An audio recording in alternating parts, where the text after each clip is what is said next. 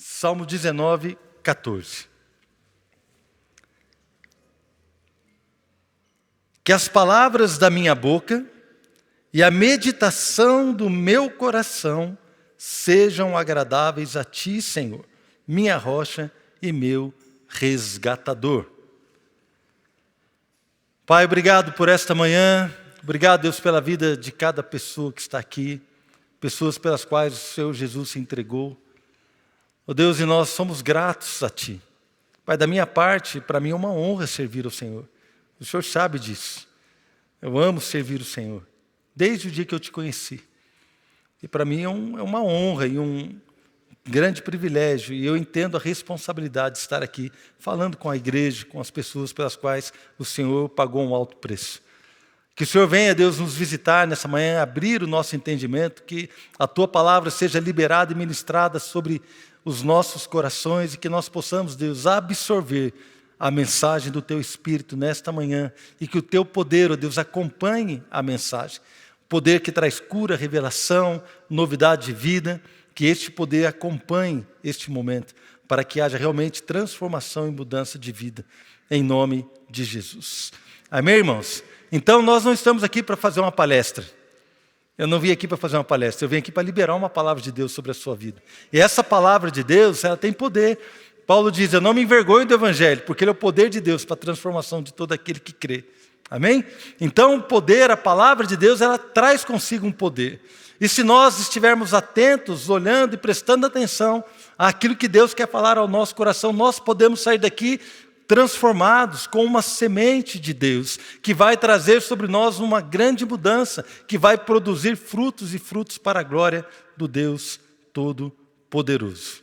Amém? Queria fazer uma menção especial ao meu cunhado aqui, o Eduardo. Não sei se você quer vir dar uma palavra para a igreja, pastor. Fique à vontade, irmão. Vem cá. Né? Eu tinha colocado no meu coração, o pastor Eduardo dá uma palavra para nós, dá uma saudação. E eu vou ser sincero, irmãos, no afã de pregar, eu esqueci, mas vem cá, irmão. Eu não tinha combinado nada com ele, não. É de surpresa. Deus é bom, queridos. Precisa abrir o microfone dele aqui, Andrei, por favor. Deus é bom, queridos. Vocês estão ouvindo? Não. Alô? Alô? Alô? Opa. Agora vai. Agora estão ouvindo. Não, a minha voz é pior que a dele. Então, vocês estão reclamando da dele, mijando na minha. Então, mas Deus é bom. O Marcelo não falou comigo, mas Deus falou. Estava ali, senti, Senhor, qual que é a palavra que o Senhor tem, papai? E eu tenho um hábito de mandar textos para algumas pessoas onde eu moro lá, né? E Deus falou para falar a última que eu mandei. Eu fui olhar. E o texto é aquele de João, falando do milagre em Caná, o primeiro milagre de Jesus. E naquele milagre Jesus estava lá com os discípulos, tinha sido convidado para uma festa. E aí a Maria fala, então sem vinho. Aí Jesus fala assim, e eu com isso? Desculpa a minha interpretação meio esquisita aí. Aí a Maria vira para os servos e fala assim, façam tudo o que ele ordenar. E Jesus depois ele falou, aquele que anda comigo, que realmente me segue, aquele que obedece aquilo que eu falo. Então Maria conhecia, já tinha revelado no seu coração que Jesus era o Salvador. E aqueles servos, aqueles homens que estavam ali, eles viram o milagre maravilhoso. Então a palavra de Deus para a igreja, Marcelo, é essa. Faça tudo o que Jesus te ordenar. Amém. E você vai ver transformações no seu coração, no seu caráter, em circunstâncias ao seu redor, em curas, revelação. Você vai ver a glória de Deus. Você vai ver anjos subindo e descendo sobre a sua vida muitas vezes. Porque Deus é contigo e Ele é fiel à palavra dEle. Eu lembro do Marcelo, da luta que o pastor Marcelo e a pastora Adriana tiveram, quando começaram essa igreja, 17 anos atrás, agora em maio, né? Muitos de vocês não têm ideia do que foi. Mas nós participamos daquele processo. E Marcelo fez aquilo que Deus ordenou para ele fazer. E vocês estão vendo aqui o fruto da obediência do pastor Marcelo e do pastor Adriano. Aquele processo e algumas outras pessoas que estão aqui conosco. Então, que vocês possam ter, cada um nas suas vidas, nas gerações das suas vidas, aquilo que Deus te faça, o que Deus te ordena. Porque Ele é fiel e Ele vai multiplicar, fazer coisas inimagináveis. Vocês vão ver vidas transformadas. As suas gerações Amém. andando no caminho do Senhor, em justiça, em graça, em fidelidade. Porque Deus é fiel à sua palavra. E aquele que obedece ao Senhor também vê essas coisas. Amém. Obrigado, Eduardo. Abençoe, viu? Aleluia. Eduardo, casado com a minha irmã, Regina, mora nos Estados Unidos já faz 20 anos, né? Quase 20 anos que estão lá. E nós amamos essa família. E fazia 4, 5 anos que você não vinha para cá, né? Quase 5 anos que ele não vinha. E a gente estava com saudade de vê-lo. Bem, então Salmo 19, versículo 14, tem a seguinte oração, ou o seguinte desejo do salmista. Ele diz que as palavras da minha boca e a meditação do meu coração sejam agradáveis a ti, Senhor, minha rocha e meu resgatador. Essa, na verdade, é a última frase de um salmo. Ninguém acorda, irmãos. Ninguém acorda assim, de repente você acorda, aí você vai lá, faz um café, senta na mesa e olha assim, de repente, para o lado e fala assim, nossa, que as palavras da minha boca e eu meditar, né, ou a minha meditação sejam agradáveis ao Senhor. Não é assim que acontece. Essa declaração, ela não flui do nosso coração simplesmente. Mas essa declaração desse salmista é uma declaração de alguém que passou por um processo, que meditou em Deus, que meditou nas coisas do Senhor. Então ele, na sua conclusão daquilo que ele meditou, daquilo que ele teve revelado para si, ele então expressa esse desejo. Que as suas palavras e a meditação do coração possam agradar a Deus. Amado, então eu gostaria de caminhar com você nesse Salmo 19, todo Salmo 19, porque eu acredito que esse Salmo pode ser dividido em pelo menos 3 partes. E nós vamos falar aqui sobre cada uma delas. Quero convidar você a abrir a sua Bíblia lá no Salmo 19, e nós vamos lendo aqui e vamos falar sobre 3 partes ou 3 sessões do Salmo, para que a gente possa aprender como este salmista, que diz que é Davi, o rei Davi, como o rei Davi chegou a esta conclusão no final do salmo, da poesia e da sua meditação. De querer que o seu coração, a meditação do seu coração e que as suas palavras pudessem agradar a Deus. Então nós podemos dividir em 3 sessões. A primeira sessão, ela vai falar sobre um testemunho da natureza. Os céus, a criação, tudo aquilo que Deus fez, testemunham a glória de Deus. A segunda sessão vai falar sobre a lei de Deus, a palavra do Senhor, que testemunha sobre a sua perfeição, sua fidelidade, a sua pureza, a sua justiça. E também aquilo que ela causa na vida daqueles que a obedecem, da lei de Deus, da sua palavra. E a terceira sessão fala sobre uma advertência que nós recebemos, sobre uma aplicação da palavra, sobre uma aplicação daquilo que foi vivido, de todas as 2 primeiras partes, da revelação que recebemos de Deus e também do testemunho que recebemos do Senhor através da sua palavra. Então nós tiramos algumas conclusões e aplicamos isso à nossa vida e aplicamos então, mostramos a Deus um desejo ou não. Porque isso não é todo mundo que vai ter o desejo de que as suas palavras e a meditação do seu coração agradem ao Senhor. Infelizmente, essa é uma conclusão que todos deveriam chegar, mas nem todos chegam a esta conclusão. Então, eu queria ler com você a primeira sessão do versículos 1 ao 6 do Salmo 19. Amém? Os céus declaram a glória de Deus. O firmamento proclama a obra das suas mãos. Um dia fala disso a outro dia. Uma noite o revela a outra noite. Sem discurso nem palavras, não se ouve a sua voz. Mas a sua voz ressoa por toda a terra. e as suas palavras até os confins do mundo. Nos céus ele armou uma tenda para o sol, que é como um noivo que sai do seu aposento e se lança em sua carreira com a alegria de um herói. Sai de uma extremidade dos céus, faz o seu trajeto até a outra, nada escapa ao seu calor. Até aí, versículo 6. Nós estamos vendo aqui na primeira parte deste salmo, aqui o salmista dizendo que os céus declaram a grandeza, a glória de Deus. Os céus proclamam a glória de Deus. O firmamento, que é um texto, né, o salmo tem muito disso, paralelismo, que são textos paralelos que dizem a mesma coisa. Então você vai encontrar muito isso em Salmos e Provérbios. Então ele fala que os céus declaram a glória de Deus e o firmamento proclama a obra das suas mãos. Você vê que as duas frases falam praticamente a mesma coisa, mas é uma maneira de reforçar uma ideia. Uma maneira de reforçar que Deus, o Criador de todas as coisas, faz com que a sua própria natureza proclame a sua grandeza, a sua glória. Então nós recebemos o testemunho da natureza de Deus. É interessante, irmãos, que nós vamos caminhando aqui no Salmo, e nós percebemos aqui no versículo 1 que diz que os céus declaram a glória de Deus, e esta palavra usada aqui no hebraico é a palavra El, que é uma palavra que é uma palavra genérica para Deus.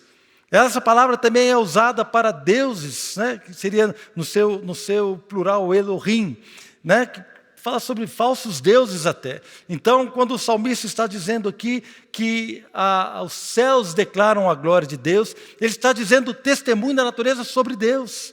Existe um Deus, existe algo, existe alguém que criou.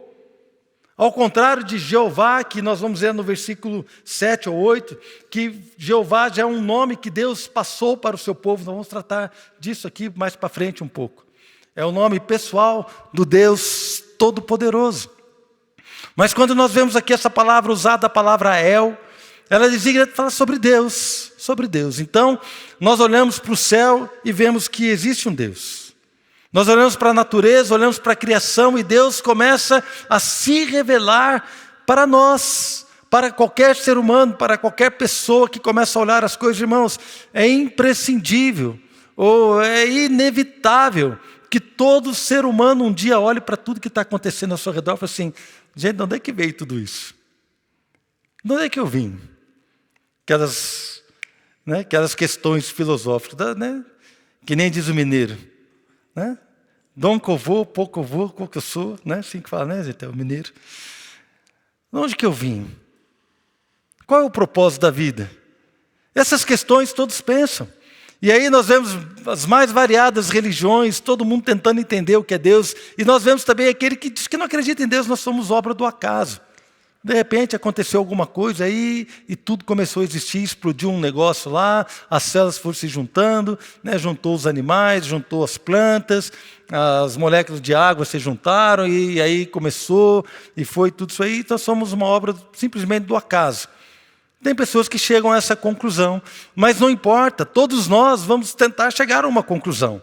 Quando olhamos a criação, quando olhamos para nós mesmos, quando sentimos o amor pelo nosso cônjuge, quando sentimos o amor pelos nossos pais, quando sentimos amor pelos nossos filhos, quando a nossa alma se liga a uma pessoa, a um amigo, e nós percebemos que existe algo mais, além da matéria, além daquilo que é físico, então nós começamos a pensar sobre Deus, a pensar em Deus, e nós então começamos a ter revelação de que existe um Deus que criou todas as coisas. Irmãos, você está aqui porque você acredita que um Deus criou todas as coisas. E talvez você esteja aqui e ainda não tenha revelação de quem é esse Deus. Talvez eu lembro, irmãos, quando eu era criança, estou aqui, minhas irmãs estão aqui hoje, e nós morávamos ali na Vila Emba, aqui em São José dos Campos, e a nossa casa tinha uma rampinha assim, e eu lembro que eu estava sentado de frente para essa rampa, a gente viu o pôr do sol. Hoje não dá para ver mais, porque construíram muitas coisas lá, mas na época não tinha nada, era um campo, e a gente gostava de ver o pôr do sol lá. Eu lembro, eu devia ter uns 7, 8 anos, mas eu lembro que eu fiquei sentado, a minha mente começou a viajar, e eu comecei a olhar e falei assim: Deus, que coisa, o pôr do sol é tão lindo, nesse universo tem as estrelas, tem o sol. Aí eu fiquei pensando, e se dentro de mim tem alguns universos também? Eu lembro, irmãos. Sabe o Extraordinário Mundo de Bob? Esse é do tempo das minhas filhas, eram pequenas, né? É um desenho que o Bob é uma criança que fica viajando na cabeça dele, né? Você sabe do que eu estou falando, né, Paulinho? Extraordinário Mundo do Bob, o cara fica viajando. Então, eu lembro, eu tinha uns 8 anos de idade, eu fiquei viajando, mas eu não tive resposta, não tinha. Meus pais não eram cristãos, não conhecia ninguém que era cristão, não tinha nenhuma resposta. Não conhecia a Bíblia, nunca tinha aberto uma Bíblia, nunca tinha pegado uma Bíblia na minha vida. Não tinha ninguém que pregasse para mim, que me ensinasse. Hoje, os nossos filhos, a minha netinha está lá, aprendendo sobre Jesus, sobre o Criador, e estão sendo direcionadas a acreditar em Deus. Mas, irmãos, então, todo mundo chega. Alguns, infelizmente, o identificaram com, né, a deidade, com algo que foi criado. Então, muitos adoram o sol, adoram as estrelas. Mas isso é coisa do passado. Não, irmãos, infelizmente a astrologia, se você fica lendo horóscopo para ver se o seu dia vai ser bom, vai ser ruim, se aquele mês está propício para você começar a namorar ou não, que eu preciso te dizer algo, irmão, você está adorando as estrelas. Está querendo receber, né, orientação do sol, da lua, do cosmo. E as pessoas então começaram a dar valor às obras, começaram a dar ao próprio povo hebreu. Quando Moisés subiu ao monte, durante 40 dias, o povo então virou para Arão e falou assim: Arão, faz um Deus para nós, porque Moisés a gente não sabe o que aconteceu com ele. Então Arão fez lá um bezerro de ouro, para que eles pudessem adorar um Deus. As pessoas sentem a necessidade, então alguns vão por esse caminho, o caminho da idolatria. Mas o salmista nos diz claramente que a natureza dá testemunho de Deus. No primeiro capítulo de Romanos, o apóstolo Paulo escreve algo muito sério sobre pessoas que não honram ou não honraram a Deus. Eu queria que você pudesse acompanhar comigo Romanos a partir do versículo 18 do primeiro capítulo. É um pouco extenso, mas eu acredito que a própria Bíblia vai falar. Eu não preciso nem comentar muito sobre este texto. A própria Bíblia vai falar dele. Romanos 1:18 em diante, diz assim: portanto, vou esperar você abrir, estou vendo que os irmãos estão procurando aí, pode procurar no seu celular, abra sua Bíblia, Romanos 1:18. Estou lendo na versão NVI, tá bom? Portanto, a ira de Deus é revelada dos céus contra toda a impiedade e injustiça dos homens que suprimem a verdade pela injustiça. Pois o que de Deus se pode conhecer é manifesto entre eles, porque Deus lhes manifestou. Está dizendo o seguinte: nós podemos conhecer algo de Deus, porque Deus nos manifestou. Versículo 20. Pois desde a criação do mundo, os atributos invisíveis de Deus, seu eterno poder e a sua natureza divina, têm sido vistos claramente, sendo compreendidos por meio das coisas criadas, de forma que tais homens são indesculpáveis. Irmãos, a Bíblia está aqui declarando fortemente, firmemente, sem nenhuma dúvida, muito claro. A Bíblia está dizendo que os atributos de Deus, os atributos invisíveis de Deus, que nós não podemos ver, claramente se podem perceber, podem ser vistos e compreendidos por meio das coisas que foram criadas. Então, estes homens que suprimem a verdade, eles são indesculpáveis. Versículo 21. Porque tendo conhecido a Deus, não o glorificaram como Deus, nem lhe renderam graças, mas os seus pensamentos tornaram-se fúteis.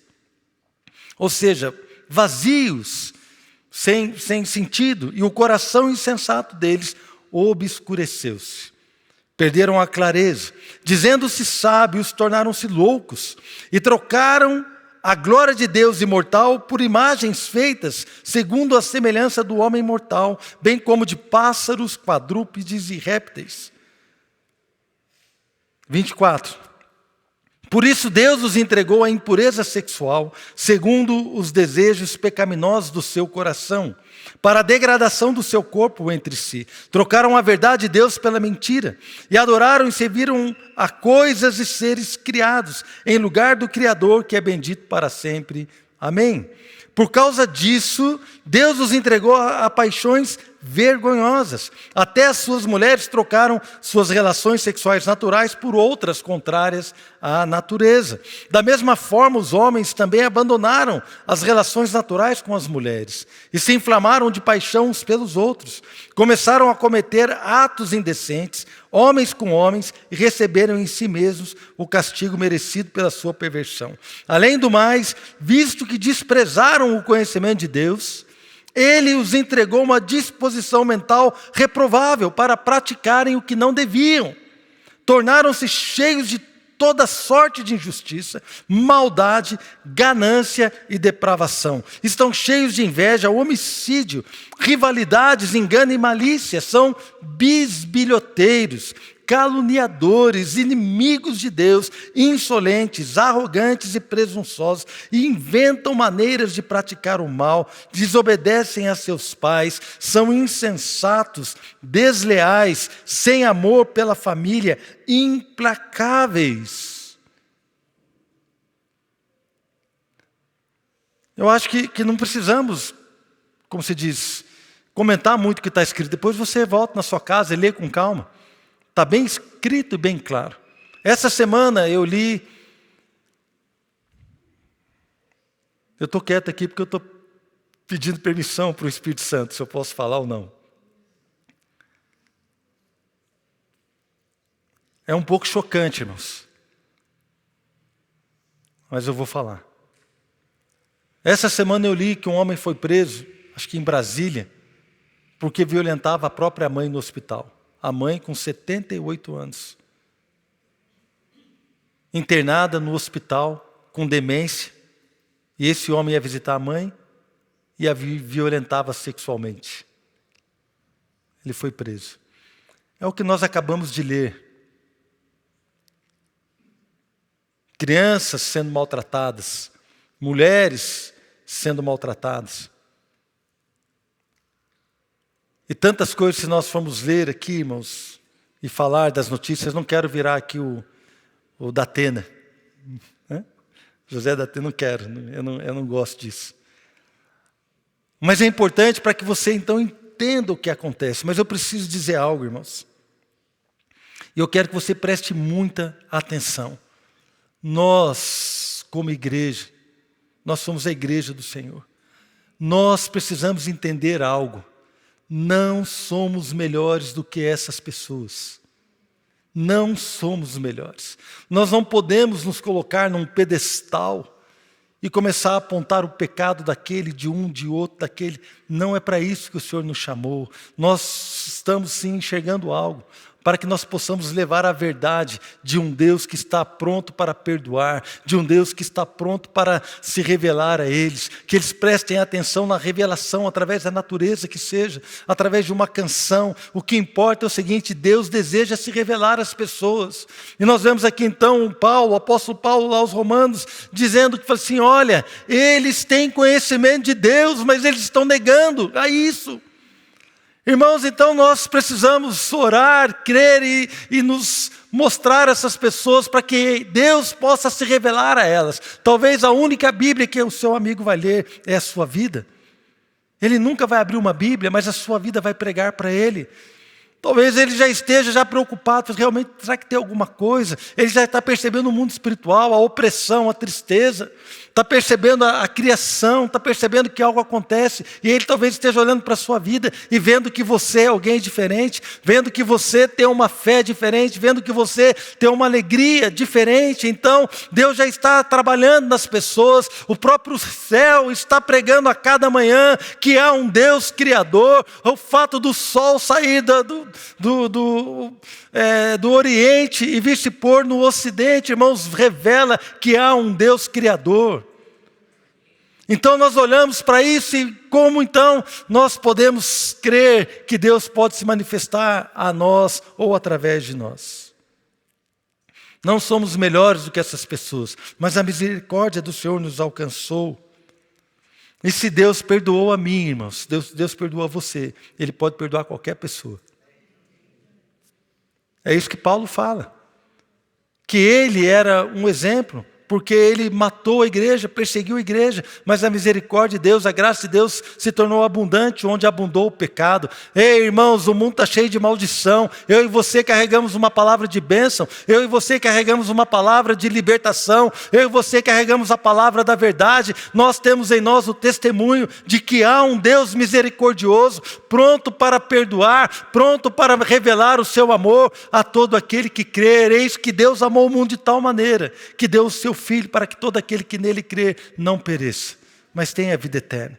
O mundo não precisa de que nós apontemos o dedo para ele. O mundo precisa de que nós apontemos o dedo para o céu e dizendo: existe um Deus de amor, pronto para te acolher e mudar e transformar a sua vida. Então nós percebemos que de alguma forma a glória de Deus através da natureza é manifesta a nós. E aqui ele fala que os céus proclamam a glória de Deus.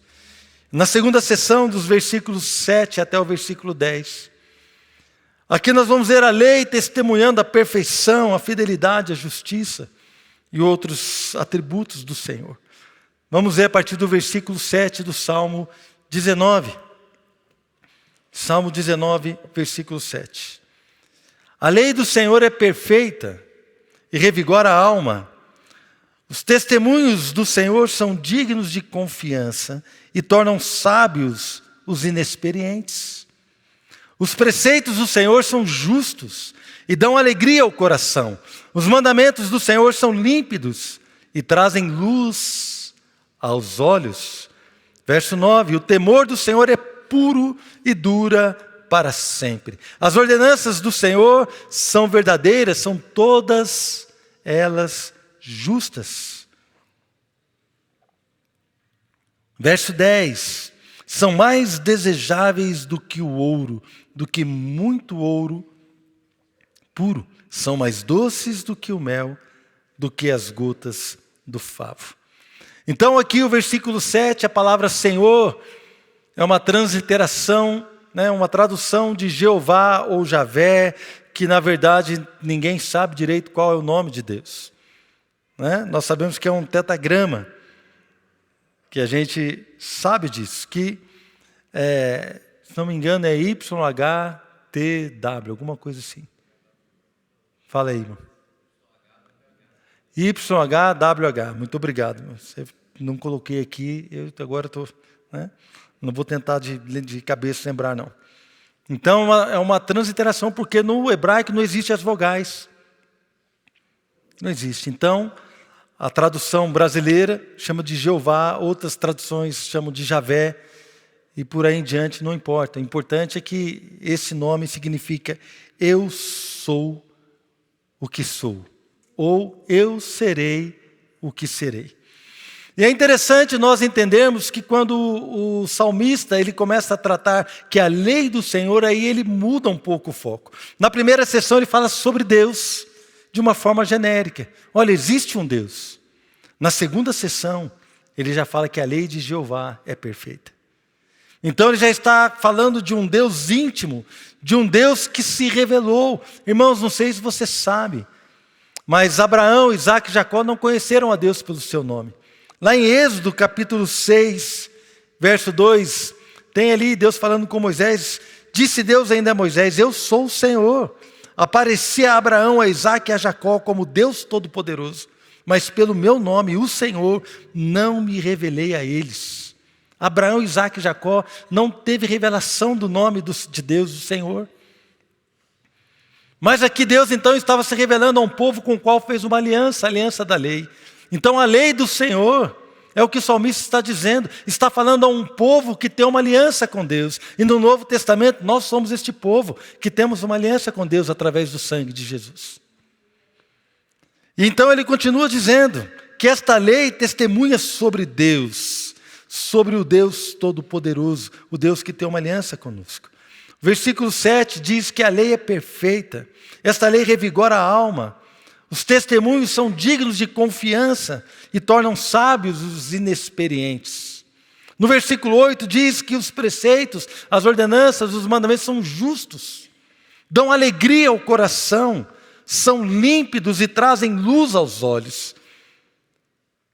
O temor do Senhor, no versículo 9, é puro e dura para sempre. As ordenanças do Senhor são verdadeiras, são todas elas justas, são mais desejáveis, no versículo 10, do que o ouro puro, e mais doce do que o mel, do que a gota de um favo. Então, este propósito revela uma intimidade com Deus. Fala da sua justiça. Fala da lei que opera algo no nosso coração. Fala da lei que traz clareza aos nossos olhos. Traz luz e iluminação. Irmãos, eu não preciso de óculos para perto, eu preciso de óculos para longe. Então, ali da metade da igreja para lá, eu já não sei mais quem é, mas só vejo um borrão, irmão. Da metade da igreja para cá, eu consigo identificar. Até onde está o Lucas ali, né? Consigo ver direitinho. Dali para frente eu já começo, eu não vou nem chutar porque eu posso errar, né? Então eu não vejo, mas de perto eu vejo bem. Mas eu percebi que agora nos últimos anos, às vezes eu não estou enxergando, mesmo de perto. Aí eu pego o celular, acendo a lanterna e jogo luz. A hora que eu jogo luz eu enxergo. Me falta iluminação. Então para mim é muito claro isso. Quando a lei de Deus ela traz luz, ela clareia as coisas para que você possa enxergar melhor. Então esse trecho do Salmo, essa segunda sessão, aponta para um Deus perfeito, que deseja nos guardar, curar e dar propósito para nós através da sua palavra. A sua palavra é digna de confiança. Veja que a primeira parte revela, o céu revela e fala sobre Deus. Na segunda parte fala de um povo que tem aliança e intimidade com Deus. E nesta então intimidade nós começamos a perceber que Deus não apenas ou somente existe, mas Ele é justo, Ele é perfeito, Ele é digno de confiança, Ele é bondoso, Ele traz luz, Ele revela-me o que é bom para viver.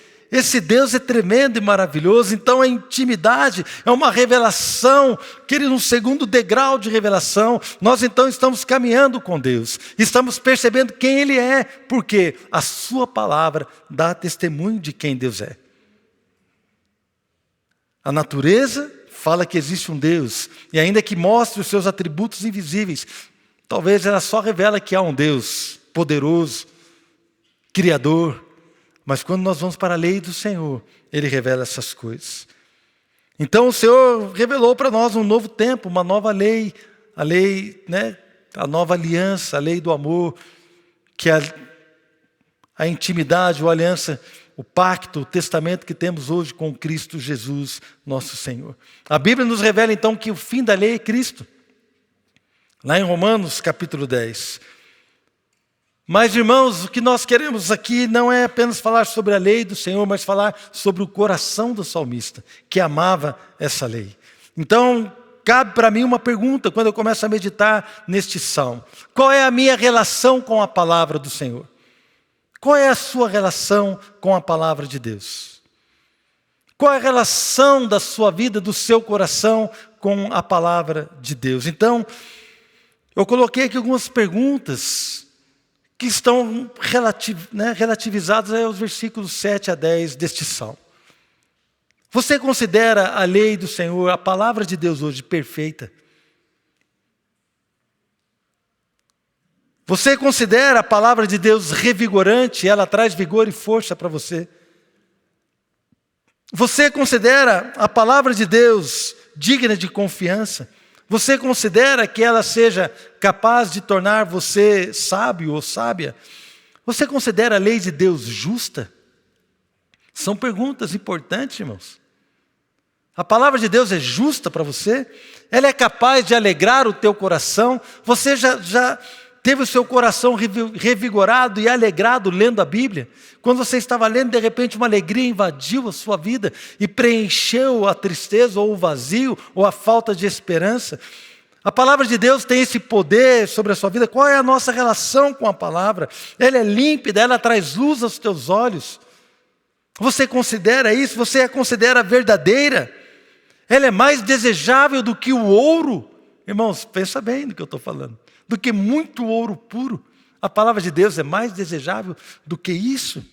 Ela é mais doce do que o mel, ou mais doce do que aquele açaí no verão, bem geladinho, né, irmãos, com leite condensado ou leite ninho, leite em pó. Oi? Ou os dois juntos, né? Com tudo isso misturado.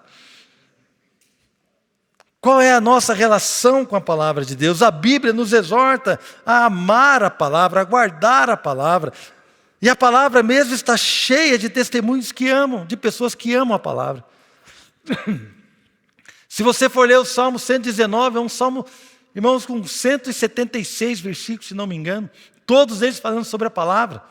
Salmo 119, 9, de que maneira poderá o jovem guardar puro o seu caminho, observando o Senhor segundo a sua palavra. Salmo 119, 18, Senhor, abre os meus olhos para que eu possa, desvenda os meus olhos, para que eu possa contemplar as maravilhas da sua lei. Salmo 119, 105, lâmpada para os meus pés é a sua palavra e luz para os meus caminhos. Tantas e tantas palavras, tantos e tantos versículos salmistas de pessoas que amam a palavra, que exaltam a palavra, que guardam, que a amam. E o próprio Senhor Jesus, então, quando ele estava conversando com os seus discípulos, um pouco antes de ser preso, lá em João capítulo 14, eu vou ler aqui alguns versículos. João 14, versículo 15, ele diz assim: se vocês me amam, obedecerão aos meus mandamentos. Quem tem os meus mandamentos e lhes obedece, versículo 21, esse é o que me ama, e aquele que me ama será amado por meu Pai, eu também o amarei e me revelarei a ele. Irmãos, a natureza traz uma revelação de Deus, e quando nós começamos então a caminhar nisso, começamos a obedecer a palavra, quanto mais você obedece, mais revelação de quem Deus é você tem. A intimidade do Senhor é para aqueles que o temem, aos quais Ele dará a conhecer a sua aliança. Salmo 25, 14. Aqueles que temem a Deus, aqueles que o obedecem, vão ser íntimos de Deus. E Deus, então, Ele vai revelar o pacto, vai revelar a aliança que Ele tem conosco. A intimidade do Senhor, ela existe, mas não é para todo mundo. A intimidade do Senhor existe, mas ninguém pode entrar lá. Irmãos, a minha intimidade no meu quarto, onde eu estou com a minha esposa, onde eu durmo com a minha esposa, na minha intimidade, o Marcelo que está aqui, meu genro, e o Adilson Júnior que estão aqui, meu genro, enquanto namoravam as minhas filhas, nunca entraram no meu quarto, porque a minha intimidade não é para qualquer um. A cara deles. Não é, irmãos, é a minha intimidade, é o meu quarto. Não. É o meu banheiro com a minha esposa, onde a minha esposa se maquia, onde ela se arruma. É a nossa intimidade. Não é para qualquer pessoa. As minhas filhas podiam entrar lá. Hoje eles se casaram, hoje eles podem entrar lá. Mas nós guardamos a nossa casa. Nós guardamos as nossas vidas. Eu não lembro do Adilson Júnior e do Marcelo entrando no quarto da Fernanda ou da Flávia, quando eram solteiros. Quase nunca. Não entravam no quarto das meninas, quando solteiras. Entravam onde estava a televisão ali, que era um outro quarto, estavam na sala, na cozinha, mas nunca entraram, não entravam no quarto das meninas, não entravam. Por quê? Porque, irmãos, a coisa é séria, a intimidade é algo sério. E a intimidade de Deus é algo sério, não é para qualquer pessoa, não é qualquer um. Quem verá o Senhor? Aquele que tem mãos limpas e coração puro. Então, qual é a nossa relação com a palavra? Jesus então disse: aquele que me ama será amado por meu Pai, e eu também o amarei e me revelarei a ele, nessa intimidade. Então, versículo 22, disse Judas, não Iscariotes: Senhor, mas por que te revelarás a nós e não ao mundo? Essa revelação íntima não é para o mundo. Não é, irmãos.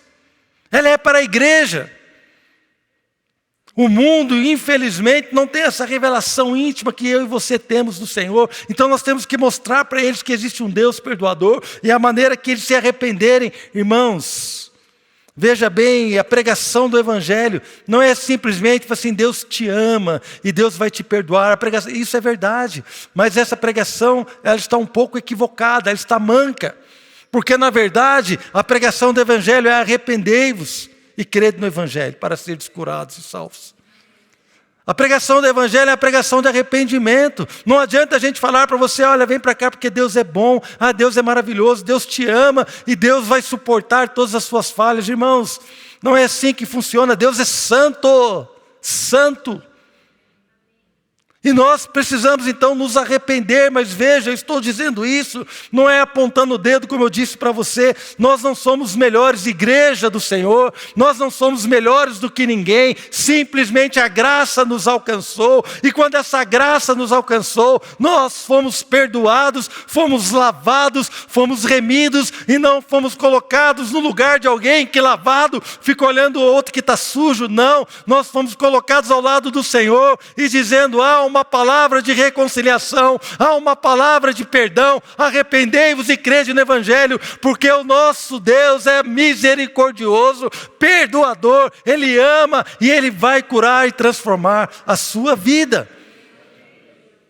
Nós não estamos colocados no lugar para apontar dedos, nós estamos colocados no lugar para abrir os braços e falar assim, eu era como você, eu fui como você, não com uma soberba, não com altivez, mas com amor no nosso coração, com misericórdia no nosso coração. Queridos, o mundo está aí, o mundo olha para a igreja e acha que nós somos aqueles que os acusam. As pessoas olham para a igreja e acham que nós somos aqueles que apontam os dedos. Não, nós somos aqueles que amam. Então perguntou, por que o Senhor não vai se revelar a eles, só a nós e não ao mundo? E versículo 23, respondeu Jesus, se alguém me ama, obedecerá a minha palavra. Meu Pai o amará, nós viremos a Ele, faremos morada nele. Aquele que não me ama, não obedece às minhas palavras. E essas palavras que vocês estão ouvindo não são minhas, são do meu Pai que me enviou. Tudo isso lhes tem dito enquanto estou com vocês. Mas o Espírito Santo, versículo 26. Mas o Conselheiro, o Espírito Santo, que o Pai enviará em meu nome, lhes ensinará todas as coisas e lhes fará lembrar tudo o que eu lhes disse. Então o testemunho da palavra nos revela um Deus perfeito, santo, maravilhoso, justo, que tem propósito para nós vivermos. E na nova dispensação, irmãos, o Espírito Santo habita em todo aquele que se arrependeu. O Espírito Santo habita em nós. Não é maravilhoso, irmãos? Terceira sessão e última. Versículos 11 a 14 do Salmo 19.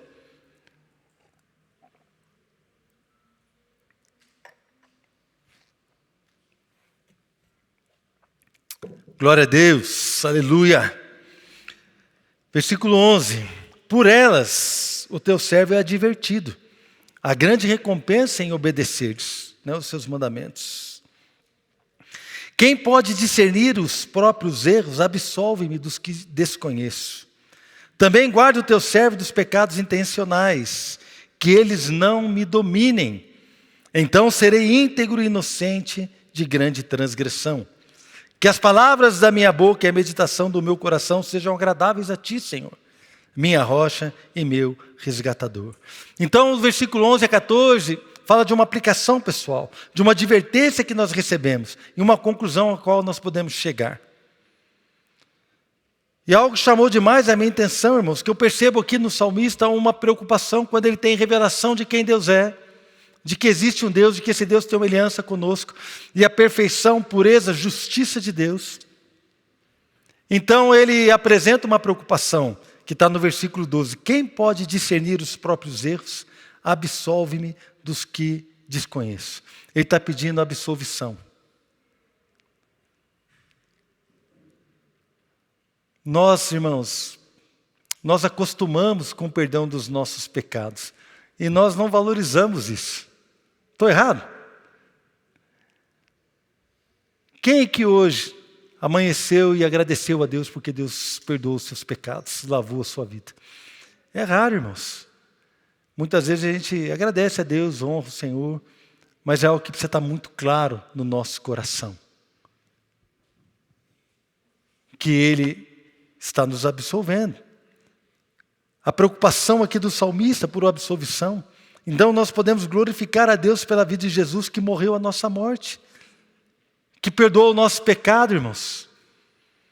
Que realmente se fez maldição em nosso lugar, e o castigo que nos traz a paz hoje, estava sobre Ele, o castigo que era nosso, estava sobre Ele naquela cruz.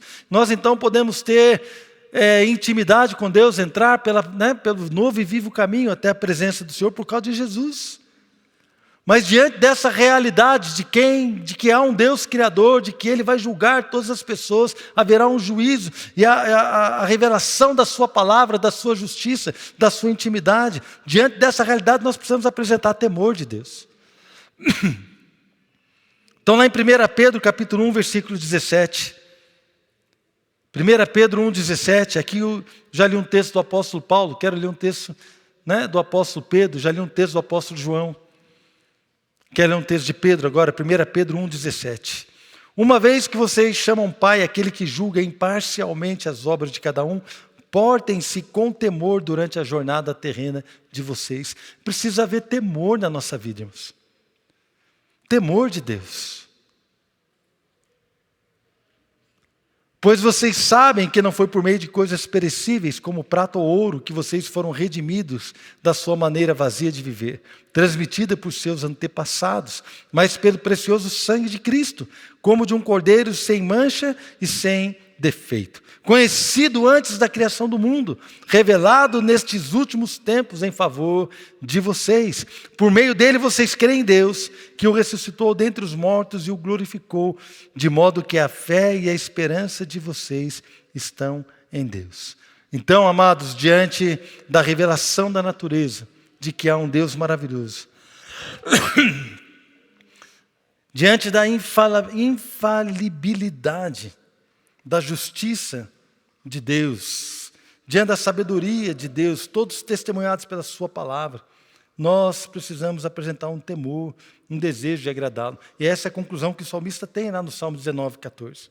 Que as palavras da minha boca e a meditação do meu coração sejam agradáveis a ti, Senhor, minha rocha e meu resgatador. Como é que nós vamos aplicar isso? Deus se revelou a nós, me atraiu. Eu começo a andar com Ele em intimidade. A lei dEle tem esse propósito de me fazer íntimo do Senhor. A lei dEle tem esse propósito de nos mostrar quem realmente Ele é, a sua pureza e a sua beleza, os seus propósitos. O seu coração revela para nós a intimidade de Deus. E diante de tudo isso, qual é a conclusão que nós chegamos? Senhor, tem misericórdia de mim. Perdoa os pecados que eu não sei. É isso que o salmista falou. Irmãos, isso é um coração de temor que Davi apresentava. Davi apresentava esse coração de temor a Deus. Davi apresentava esta preocupação. Mesmo assim, ele errou, nós sabemos dos seus erros. A Bíblia não esconde os seus erros. Mas também sabemos que, apesar de ter errado, ele se arrependeu e Deus o acolheu novamente. Irmãos, há acolhimento em Deus, há bênção no Senhor. A provisão de nova vida, de transformação, de perdão. Deus é maravilhoso. Então, Davi, um homem segundo o coração de Deus, ele percebeu que a natureza e a criação testemunhavam sobre a existência de um Deus todo-poderoso. Ele entendeu então que a lei era uma testemunha eficaz de quem Deus era, da sua justiça, da sua fidelidade, da sua bondade, dos propósitos de Deus. E ele desejou aplicar a lei à sua vida, com um coração contrito e apresentando temor a Deus. Eu fiquei com a minha neta, a Giovana nasceu, a minha segunda netinha, e eu fiquei com a Olivia, nós ficamos um tempo com ela em casa. Então eu tive que adequar o som do meu carro, a minha playlist, a algumas músicas. E uma música que eu chorei, irmãos. Tem muita gente que me conhece aqui. Eu chorei ouvindo aquela música do sabão. O sabão lava o meu rostinho, lava o meu pezinho, lava a minha mão. Mas Jesus, para me manter limpinho, lava o meu coração. Chorei dentro do carro. Porque eu senti o meu coração limpo pela misericórdia do Senhor. Chorei, irmãos. Depois eu chorei pela igreja. Porque eu ouvi uma outra música fala assim: leia a Bíblia e faça a oração se quiser crescer. Quem não ora e a Bíblia não lê, não vai crescer. Quem conhece essas músicas? Os pais aí, tá vendo? Os avós conhecem. Quem não ora e a Bíblia não lê, não vai crescer. Se a nossa relação com a palavra de Deus não é uma relação de amor, como é que nós vamos ter revelação de quem Ele é? Jesus disse: quem me ama, guarda os meus mandamentos. E eu então me revelarei a Ele. Como é que nós vamos conhecer a Deus? Se a nossa relação com a palavra dEle não é uma relação de amor. Se nós queremos, como nós não, né, irmãos, mas alguns pastores e até personalidades da mídia, aí, nem crente não é, tem uma pessoa que nem crente é, mas é uma personalidade artística, e disse que a Bíblia precisava ser reescrita. É claro, porque a Bíblia aponta os pecados deles. É por isso que eles querem reescrever a Bíblia, porque uma vez que a Bíblia aponta o pecado dele, eles estão desconfortáveis. Mas, irmãos, a questão não é que a gente fique desconfortável com aquilo que a Bíblia nos apresenta, é que a gente se arrependa e coloque a nossa vida em consonância, em concordância com aquilo que a palavra de Deus diz. Nós vamos conhecer a intimidade de Deus e vamos experimentar a cura, a bênção e a transformação. Você crê? Queria que você fechasse os teus olhos nessa manhã, agradecendo a Deus pela sua palavra, agradecendo a Deus pelo seu amor, pelo seu cuidado, pela sua graça. E nesse momento eu gostaria que você fizesse uma reflexão, querido. Qual é o seu relacionamento com a palavra? Você que foi atraído à presença de Deus pela natureza, como esse salmista foi, e então ele começou a olhar e ver que as coisas estavam sendo reveladas e ele se sentiu atraído. Mas de repente ele se deparou com a lei. E naquele momento a lei talvez estivesse expondo os seus erros, os seus pecados. Com certeza estava. Mas aí ele amou a lei, porque percebeu que a lei era justa e digna de confiança. Como é que você olha para a palavra de Deus? A palavra de Deus é digna da sua confiança? Você é capaz de, como Jesus, morrer pela palavra? Porque estava escrito que o Messias deveria morrer. Estava escrito que o Cordeiro de Deus deveria dar a vida pelos nossos pecados. Estava escrito que Ele iria morrer e levar as nossas transgressões. Então Jesus, Ele orou ao Pai e falou assim: Deus, se for possível, passa de mim esse cálice, mas não se faça a minha vontade, mas a tua vontade. E Deus falou para ele assim: olha, não vai dar para passar o cálice, não, você vai ter que enfrentar.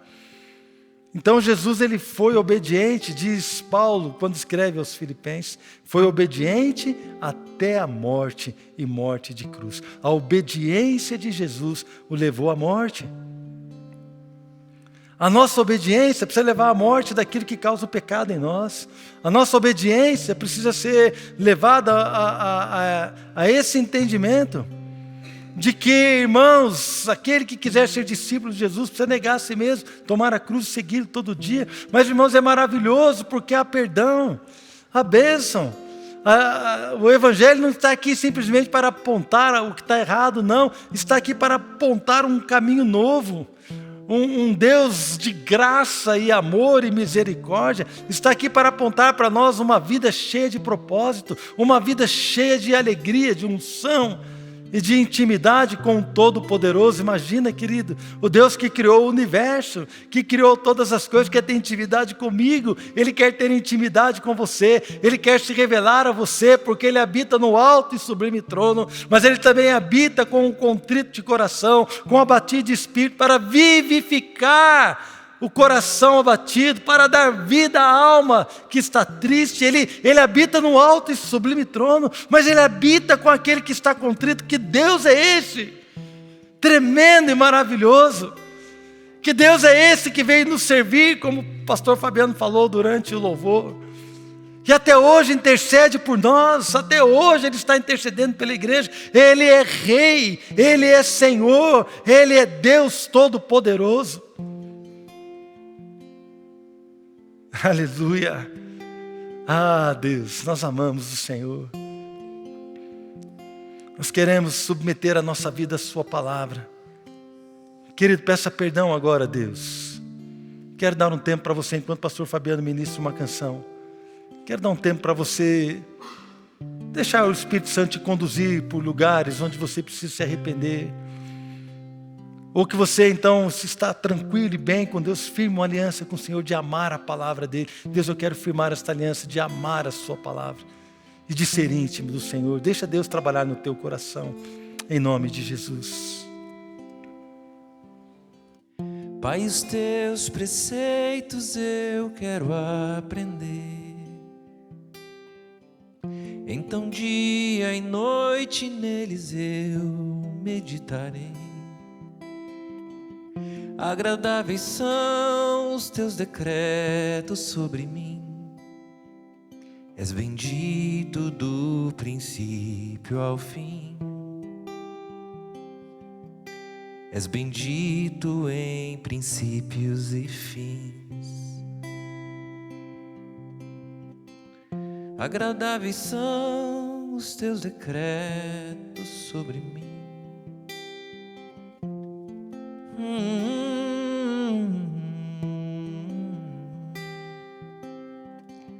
Respeitáveis são tuas veredas para mim. És perfeito do princípio ao fim. És perfeito em princípios e fins. Aleluia. Não estava pronto para terminar a reunião, mas eu senti do Espírito de orar por aqueles que querem levar essa mensagem de amor ao mundo que está perdido. Eu sei que tem pessoas aqui que Deus tem chamado para isso. E o que Deus colocou no meu coração é você que não quer apontar o dedo, mas quer abrir os braços para acolher o pecador e mostrar um caminho para ele diferente, de graça, perdão e misericórdia. Você que quer expor a verdade com um coração amoroso, não como alguém superior, não como alguém que olha para os outros e acha que ele é pecador, não merecedor da palavra, mas você que quer receber uma unção, uma graça, um amor que excede o entendimento, para apontar o caminho, assim como um dia apontaram o caminho para você e apresentaram Jesus para você. Eu quero orar por você. Vamos ficar em pé toda a igreja. Você que tem esse desejo no teu coração e que sente esse chamado, quero que você venha aqui à frente. Eu creio que Deus vai derramar algo novo sobre nós aqui nessa manhã. Haverá irmãos, tem um manto de amor aqui neste lugar. É um manto de amor aqui que vai ser colocado sobre os teus ombros. A nossa linguagem, a sua linguagem vai ser transformada. Talvez a intenção do seu coração não é uma intenção correta, mas a nossa linguagem, a maneira como vemos, talvez não esteja tão adequada. Mas Deus viu você, Deus percebeu o seu zelo, Deus percebeu o seu coração, o seu amor, Deus percebeu o desejo do teu coração de alcançar essas vidas. Então Deus quer usar você, querido. Deus quer usar você, minha querida. Deus quer usar a sua casa. Deus quer usar a sua família. Deus quer usar onde você está, no seu trabalho, na escola, na faculdade, não importa, na família que você está, no seu lar, com a vizinhança que está perto de você. Eu sinto de falar aqui que Deus precisa mudar a sua linguagem com seus filhos. A primeira pessoa que você precisa alcançar, o seu filho, a sua filha. E talvez, por mais que o seu coração esteja sendo sincero e reto, talvez a maneira que você esteja falando, ou a maneira como você esteja apontando o erro, não seja a maneira adequada. Deus quer tratar isso com você, que é pai, que é mãe, nesta manhã. Para que você então possa entender como ministrar ao coração dessa pessoa. Deus, em nome de Jesus, eu te agradeço. Eu te agradeço porque o Senhor, ó Deus, tem falado aos nossos corações. Ó Pai, eu creio que o manto de amor está neste lugar para tocar vidas, todos que estão aqui à frente. Receba aí de Senhor, receba de Deus algo novo. Receba uma nova linguagem, receba um novo entendimento, receba uma nova alegria, receba, oh querido, uma nova unção em nome de Jesus, um olhar de amor para os perdidos. Desça do seu pedestal. Você vai descer do seu pedestal agora. Recharacrobiam pramamania. Norecrastem queriolepra. Vamos descer, igreja, do pedestal que nós mesmos nos colocamos. Deus não nos colocou neste lugar superior. Deus nos colocou no lugar de intimidade, para que quando sairmos daquele lugar de intimidade, ao invés de nos colocarmos no pedestal, nós vamos colocar no lugar mais baixo, assim como Jesus se colocou no lugar mais baixo para lavar os pés aos discípulos. Deus vai nos colocar no lugar mais baixo para lavar os pés das pessoas, para clamar por misericórdia, para clamar pela graça, para clamar pela revelação, pela manifestação do Deus Todo-Poderoso. E Deus vai usar as suas vidas, em nome de Jesus. Deus está trocando a sua linguagem, meu irmão. Deus está trocando a sua linguagem. Deus está trocando a sua linguagem. Deus vai te dar graça. Você verá, você verá. Deus está trocando a sua linguagem. Shantantaralabacore prava cheia. Deus está trocando a sua linguagem. A brasa saiu do altar e vai tocar os lábios de alguns que estão aqui. Para corecrava sheberioyamas. Deus, em nome de Jesus, toca vidas neste lugar. Deus, revela o teu amor. Vem com um manto de amor. Vem com um manto de amor. Um manto de amor que vai alcançar muitos, muitos, Pai, através das nossas vidas, através das nossas famílias. Pai, serão lares que vão acolher, serão lares que vão abençoar. Shadantaralabacoia. Aleluia. Aleluia, aleluia. Queria que você que está aqui à frente, se você já tiver terminado de orar, você possa cumprimentar a pessoa que está do seu lado. Assim, ó, Deus vai usar você tremendamente. Fala para ele, Deus vai te usar. Deus vai te usar. Deus fez algo hoje na sua vida. Deus fez algo na sua vida nessa manhã.